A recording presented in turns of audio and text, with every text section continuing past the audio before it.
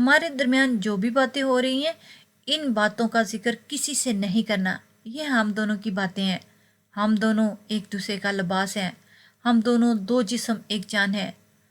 ہم پیار محبت سے رہیں گے. ہمیں زندگی کا لطف اٹھائیں گے. مجھے لڑائی جھگڑے سے سخت نفرت ہے. میں بہت سکون پسند اور امن پسند ہوں. ایک بات، مجھے بے حیائی سے سخت نفرت ہے. تو تم نے حیا کے ساتھ زندگی گزارنی ہے، پاک دامنی کے ساتھ. باقی کوئی میری ڈیمانڈ نہیں. اب بہت تھک گئی ہو، تم کو نیند آ رہی ہے. میں نے اپنی بات جاری رکھی اور بولا، یہ تو گھر کی زندگی ہے جو سب کو کہیں نہ کہیں کسی نہ کسی سے شادی کر کے گزارنی ہوتی ہے. ایک بات بولتا ہوں، میری زندگی آج تم سے شروع ہوئی ہے اور تم پر ہی ختم ہوگی. مر تو سکتا ہوں مگر کبھی تمہارے علاوہ کسی کی طرف دیکھنا تو دور کی بات، کسی کے بارے میں سوچنا بھی نہیں چاہتا. آج سے میرا سب کچھ تم تک محدود ہوگا. تم بہت خوبصورت لگ رہی ہو. اور پھر میں نے اپنی زندگی کا آغاز کیا. 2 گھنٹے کے بعد نماز فجر کا وقت ہو گیا. وقت کا پتہ ہی نہیں چلا، پر لگا کے اور اڑ گیا.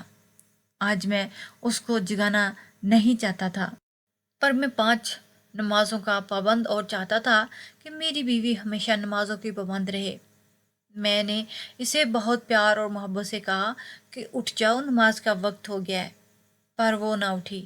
میں اٹھا، نماز پڑھی، قرآن پاک کی تلاوت کی اور افسوس ہو رہا تھا کہ وہ نماز کی پابند نہیں ہے. نماز میں اس کو کوئی خاص دلچسپی نہیں ہے، لیکن میں نے فیصلہ کیا کہ میں اسے اپنے رنگ میں رنگ لوں گا. صبح اٹھتے ساتھ ہی اس نے مجھ سے پوچھا، آپ نے کبھی کسی سے محبت کی زندگی میں؟ کوئی لڑکی تو نہیں ہے. میں سوچ میں پڑ گیا اور سوچا، سچ بولوں کہ جھوٹ بولوں. سچ بولتا ہوں تو دل ٹوٹے گا، جھوٹ بولتا ہوں تو جھوٹ کے پاؤں نہیں ہوتے. بہت سوچ وچار کے بعد میں نے کہا، وہ میری پہلی محبت تھی اور میں اس کو کبھی نہیں بھلا سکتا. یہ سن کر وہ بولی، مگر جیسے آپ میرے ساتھ رہے ہیں مجھے تو نہیں لگتا کہ آپ کی زندگی میں میرے علاوہ کوئی اور ہو. میں نے کہا، اس لڑکی کو میں نے کہا تھا کہ اللہ کی قسم اب جو لڑکی میری زندگی میں آئے گی دنیا اس کی قسمت پرش کرے گی. میں تمہیں اتنا پیار دوں گا، اتنا پیار دوں گا کہ انشاءاللہ یہ دنیا رش کرے گی. ہماری قسمت پر یہ سن کر اس نے اپنا سر میرے کندھے کے ساتھ لگا دیا اور مجھے خوشی ہوئی کہ میرے پوچھنے پر آپ نے سچ سچ بتا دیا. مجھے بھی اپنی زندگی میں ایسے سچے اور مخلص ساتھی کی تلاش تھی. جواب مکمل ہو گیا. میں نے کہا، بس تم کبھی مجھ سے جھوٹ مت بولنا اور مذاق میں بھی کبھی نہیں کوئی بات کرنی. میں تمہیں کبھی رسوا نہیں ہونے دوں گا، یہ میرا وعدہ ہے. دروازے پہ دستک ہوئی. میں اٹھنے لگا تو اس نے میرا ہاتھ پکڑا اور بولی، میں لے کے آتی ہوں. ہم دونوں بیٹھ کر ناشتہ کرنے لگے. وہ بولی، ایک بات بولوں؟ میں نے کہا، بولو. تو وہ بولی، مجھے کھانا بنانا نہیں آتا. میں مسکرا دیا اور بولا، اچھی بات ہے کیونکہ میں خود آپ کو بنانا سکھا دوں گا. وہ ہنسنے لگی اور ساتھ بولی کہ آپ جی مجھے اتنا ہلکا مت سمجھو، ہر قسم کے کھانے بنا لیتا ہوں میں. تم فکر نہیں کرو، ہم مل کر کام کیا کریں گے. گزرتے لمحے کے ساتھ خود کو میرے ساتھ محفوظ سمجھنے لگی. میری لاہور سے پوسٹنگ کراچی ہوگی، اس طرح سے زندگی بسر ہو رہی تھی اور میں اسے کھانا بنانا سکھاتا. وہ بہت خوش رہنے لگی. گھر سے ہماری زندگی بے انتہا خوشی کے ساتھ گزرنے لگی. ہم ہنی مون پر گئے، بہت ساری شاپنگ کی، بہت کھانا پینا. 1 مہینے میں ہم نے پوری زندگی کو جی لیا. ایسے لگتا تھا شادی کو 15 ماہ ہو گئے. میں اپنے بزنس میں بہت زیادہ مصروف رہنے لگا. ہانیہ مجھ سے شکایت کرنے لگی، آپ مجھے ٹائم نہیں دیتے. پہلے دن رات میرے آگے پیچھے گھومتے تھے. 15 مہینے میں کیا پرانی ہو گئی ہوں کیا؟ اس کا شکوہ بھی جائز تھا. کام بہت بڑھ گیا تھا، ہانیہ کو ٹائم تک نہیں دے پا رہا تھا. پھر ایک دن ہانیہ نے ہمارے گھر کی نوکرانی کو نکال دیا اور بہت زیادہ چھوٹی سی بلکہ معمولی سی بات پر. مجھے بہت حیرت ہوئی. پھر میں اپنی بیوی کی خوشی میں خوش تھا. ایک دن جب میں آفس سے گھر آیا تو میری آنکھیں پھٹی کی پھٹی رہ گئیں. ایک خوبصورت لڑکی اور سٹائلش کپڑے میں گیلے بالوں کے ساتھ صوفے پہ بیٹھی تو بہت ہی حسین دکھائی دے رہی تھی، جیسے کوئی حور ہو. نیلی بڑی بڑی آنکھیں، گورا رنگ، یہ سب کچھ مجھے خواب لگ رہا تھا. ایسے لگ رہا تھا جیسے میں کوئی خواب دیکھ رہا ہوں. میں سیدھا اپنے کمرے میں چلا گیا اور آواز دی، ہانیہ، ہانیہ ادھر آؤ۔ ہانیہ آئی اور کہنے لگی، کیا بات ہے؟ میں نے پوچھا، یہ صوفے پر کون سی لڑکی بیٹھی ہے؟ بولی، یہ ہماری نئی ملازمہ ہے۔ میں نے کہا، ملازمہ ہے؟ یہ ملازمہ ہے؟ میں سمجھا ہماری کوئی پڑوسن ہے، تم سے ملنے آئی ہے۔ نہیں نہیں نہیں، یہ ہماری ملازمہ ہے۔ اللہ اکبر، اتنی حسین لڑکی گھر کے جھاڑو برتن کرے گی؟ میں نے بولا، اچھا، اللہ اس کے نصیب اچھے کرے، نہ جانے کس مجبوری میں اس قدر خوبصورت لڑکی کو لوگوں کے گھروں کے جھاڑ پون برتن کرنے پر مجبور ہے۔ میں سارا دن آفس میں ہوتا تھا، رات کو جب گھر آتا تو ماسی میرے آگے پیچھے گھومتی پھرتی۔ رات میں کمرے میں تنہا ہوتا، وہ آ کر میرے کمرے کی رات میں ہی صفائی کرنے لگ جاتی۔ میں بہت حیران تھا، انتہائی مختصر اور خوبصورت لباس میں، غرض ہر کام وہ میرے کرنے لگی تھی اپنے ہاتھوں سے۔ میری بیوی سارا سارا دن بیٹھی رہتی۔ ایک دن ہانیہ سے کہا، میرے کام ملازمہ سے مت کروایا کرو، خود کیا کرو، مجھے اچھا نہیں لگتا کہ ملازمہ میرے کام کرے، اور وہ بھی کمرے میں تنہا رات میں ہی کیوں صفائی کرتی ہے؟ میرے کمرے کی تم دن میں میرے کمرے کی صفائی کروایا کرو۔ مگر وہ نہیں مانی، کہتی تھی جب آپ آئیں گے تبھی صفائی ہوا کرے گی، آپ کی آمد پر کمرہ بالکل صاف ملے گا آپ کو۔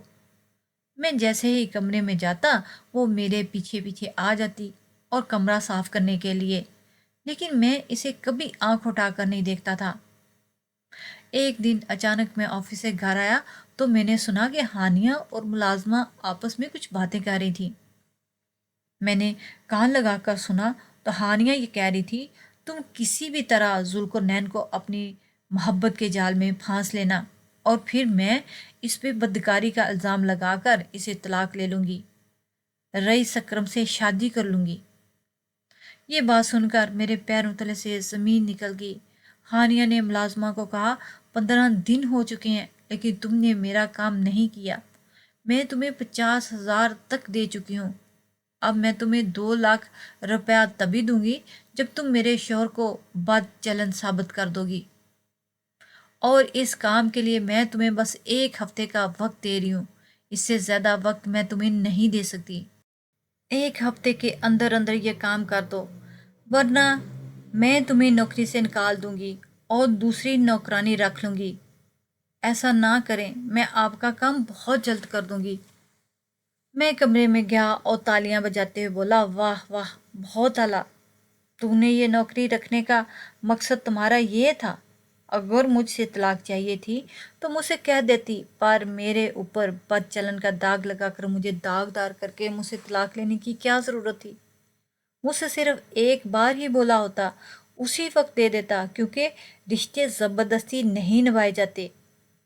میری آنکھوں میں آنسوں کا سمندر تھا جو میں ضبط کیے بیٹھا تھا، ٹوٹ گیا۔ میں نے ہانیہ کو ہاتھ سے پکڑا اور اپنے کمرے میں گھسیٹتا ہوا لے آیا۔ کیا، کہاں اور کیا کمی رہ گئی تھی میری محبت میں؟ تو ہانیہ بولی، میں اس لیے شادی کرنا چاہتی ہوں کیونکہ وہ تم سے کہیں گنا امیر ہے۔ تم صبح کے جاتے ہو، رات کو لوٹتے ہو، اور آتے ہو سو جاتے ہو، مجھے ٹائم ہی نہیں دیتے، اسی لیے میں نے رئیس اکرم کے ساتھ دوستی کر لی تھی۔ وہ بہت اچھا ہے، اس نے وعدہ کیا ہے کہ وہ مجھے کبھی کوئی دکھ نہیں دے گا، اس لیے میں اس سے شادی کر رہی ہوں۔ تم اپنے آفس سے شادی کر لو، تم بس پیسے کمانے کے چکر میں مجھے بھول ہی گئے تھے، مجھے پیسوں کے ساتھ ساتھ تمہاری بھی تو ضرورت تھی، بلکہ محبت جو کہ مجھے اکرم سے ملی ہے۔ میں نے کہا، ٹھیک ہے، میں تمہیں چھوڑ رہا ہوں۔ میں نے اسے طلاق دے دی۔ ہانیہ نے اس سے شادی کر لی۔ رئیس اکرم ہمارے پڑوس میں ہی رہتا تھا۔ میرے آفس جانے کے بعد وہ رئیس اکرم سے ملا کرتی تھی۔ مجھے ایک دوست نے بھی بتایا تھا، مگر مجھے اپنی بیوی پر پورا اعتماد تھا۔ میں نے اس کی بات کو جھوٹ سمجھا اور یقین ہی نہیں کیا۔ شادی کو 1 مہینہ گزرا تھا، اس کے گھر سے ہانیہ کو مارنے اور اس سے لڑنے کی آوازیں آنے لگیں۔ میں نے اس کی بات کو جھوٹ سمجھا اور یقین نہیں کیا۔ شادی کو 1 مہینہ گزرا تھا، اس کے گھر سے ہانیہ کو مارنے کی اور اس سے لڑائی کی آوازیں آنے لگیں۔ آئے دن ان کے آپس میں جھگڑے رہنے لگے۔ اس کے گھر سے جب بھی میں گزرتا ہانیہ کی آواز آتی، میرا دل بہت تڑپ جاتا۔ کچھ ماہ بعد میرے ماں باپ میرے پیچھے لگ گئے کہ دوسری شادی کر لو۔ میں ہرگز دوسری شادی کرنے کے لیے راضی نہ تھا۔ ماں باپ بہت خفا رہنے لگے کہ ابھی تو تم 31 سال کے ہو گئے ہو اور بڑی عمر کے ہو جاؤ گے تو تمہارے بچے نہیں ہوں گے، آگے کی زندگی کیسے گزرے گی؟ بغیر اولاد اور بغیر بیوی کے زندگی گزارنا ناممکن ہے، جوانی تو جیسے تیسے کٹ جائے گی۔ ان کی باتیں میرے دل کو لگی، میں راضی ہو گیا۔ شادی کے لیے امی کی ایک خالہ کی بیٹی تھی، بہت نیک اور اچھی لڑکی تھی۔ اس کے باوجود میرا دل نہیں مان رہا تھا شادی کرنے کے لیے۔ میں ماں باپ کو خوش دیکھنا چاہتا تھا، اس لیے شادی کر لی۔ شادی کے ٹھیک 9 ماہ بعد مجھے ایک چاند سا بیٹا عطا کیا اللہ تعالیٰ نے۔ میری نئی بیوی کا نام نائلہ تھا۔ ہماری شادی کو 1 سال ہو گیا، مگر 1 سال میں اس نے کبھی بھی مجھ سے کوئی گلہ کوئی شکوہ نہیں کیا تھا۔ ہر حال میں میرا خیال رکھا، مجھے خوش رکھا۔ اس کے باوجود مجھے ہانیہ کی بہت یاد ستاتی۔ میں ہانیہ کو بھول نہیں پاتا تھا۔ ایک دن رات 2 بجے میرا دروازہ بجا، میں نے جا کر کھولا تو سامنے ہانیہ کھڑی تھی۔ میرے فوراً پیروں میں گر گئی اور بری طرح رو رہی تھی اور بس ایک ہی بات کہے جا رہی تھی، مجھے معاف کر دو، مجھے معاف کر دو۔ میں نے اسے پیار سے اٹھا کر کھڑا کیا اور کہنے لگی، مجھے اکرم نے طلاق دے دی، خدا کا واسطہ ہے تو مجھے اپنا لو۔ وہ پیسے والا ضرور تھا، تمہارے جیسا نیک اور شریف نہیں تھا، مجھے روز مارتا تھا۔ اسے مجھے اپنے ہاتھ دکھائے، جلے ہوئے کے نشان تھے، ماتھے پہ نیل کے نشان تھے، جس کی حالت سے دکھائی دے رہا تھا کہ وہ بہت ظلم کرتا تھا۔ ہانیہ کہنے لگی، تم مجھے اپنا لو، میں وعدہ کرتی ہوں کہ میں زندگی بھر تم سے کوئی شکایت کوئی شکوہ نہیں کروں گی۔ میں نے تمہارے ساتھ بہت غلط کیا تو اللہ تعالیٰ نے مجھے دنیا میں ہی اس کا صلہ دے دیا۔ میں نے پیسے کی خاطر تمہیں ٹھکرایا، مگر وہ شخص امیر ہو کر بھی غریب تھا اور تم غریب ہو کر بھی امیر ہو۔ تمہاری قدر مجھے اس سے شادی کے بعد پتہ چلی۔ لڑکھڑانے لگی، رونے لگی اور بے ہوش ہو کر نیچے گر گئی۔ نیچے گرنے سے اس کا ہاتھ زخمی ہو گیا۔ اسے میں نے اٹھایا اور ہاسپٹل لے گیا، اس کا علاج کروایا۔ وہ ہوش میں آ کر بس ایک ہی بات کہہ رہی تھی، اگر تم نے مجھ سے شادی نہ کی تو میں خودکشی کر لوں گی۔ میری سمجھ میں نہیں آ رہا تھا کہ میں کیا کروں، میں کیسے بتاؤں میں نے بھی نکاح کر لیا ہے اور وہ میکے گئی ہوئی اپنی ماں سے ملنے۔ میں اس کا علاج کروا کر اس کی پٹی کروا کر گھر لے آیا۔ 2 دن میں نے اس کی خوب خدمت کی، خوب اس کو سوپ بنا کر پلایا، پھل کھلایا۔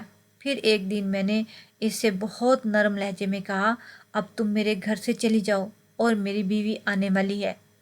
یہ بات سنتے اس کا رنگ پھک ہو گیا۔ اس نے کہا، کیا کیا بول رہے ہو، تمہاری بیوی؟ تم نے شادی کر لی ہے؟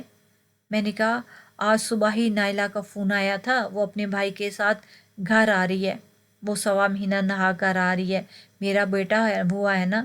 ہانیہ کی آنکھیں حیرت سے پھٹی جا رہی تھیں۔ وہ ہکا بکا ہوئے کہنے لگی، ابھی میں، مگر مجھے تو کبھی ہی نہیں پتہ چلا، مجھے تو اندازہ بھی نہیں تھا کہ تم مجھے چھوڑ کر کسی اور سے شادی کر سکتے ہو۔ میں نے کہا، میں نے تمہیں نہیں چھوڑا، تم نے مجھے چھوڑا تھا۔ وہ میری خالہ کی بیٹی ہے۔ ہانیہ میرے پیروں میں گر گئی اور مجھ سے معافی مانگنے لگی۔ کوئی بات نہیں، میں تمہاری بیوی بننے کو تیار ہوں، لیکن میں نے کہا، میری بیوی اپنے سوتر بنانے کے لیے ہرگز راضی نہیں ہوگی، اور میں نے اسے کہا کہ میں اسے کبھی نہیں چھوڑوں گا اور نہ کبھی اس کا دل توڑوں گا۔ اب تمہارا یہاں سے جانا ہم دونوں کے حق کے لیے بہتر ہے۔ ہانیہ روتے ہوئے کہنے لگی، لیکن میں کہاں جاؤں، میرے تو ماں باپ بھی مر گئے ہیں، بھائی بھابھی مجھے ہرگز قبول نہیں کریں گے کہ 2 شادیاں توڑ کر آئی ہو۔ اب تم ہی بتاؤ میں کہاں جاؤں۔ میں نے کہا، دوسری شادی کرنے سے پہلے سوچنا تھا، میں نے تمہیں ہمیشہ رانی بنا کر رکھا، تمہیں کبھی کوئی دکھ نہیں دیا، ہر لحاظ سے تمہارا خیال رکھا، بس تھوڑا ٹائم کم دیا تھا، اس کو میں مانتا ہوں۔ اس کے علاوہ میں نے تمہیں کبھی کسی چیز کی کمی نہیں ہونے دی تھی۔ تم نے ذرا سی جائیداد اور بینک بیلنس، بڑی گاڑی دیکھ کر میری خالص اور بے لوث محبت کو ٹھوکر مار دی۔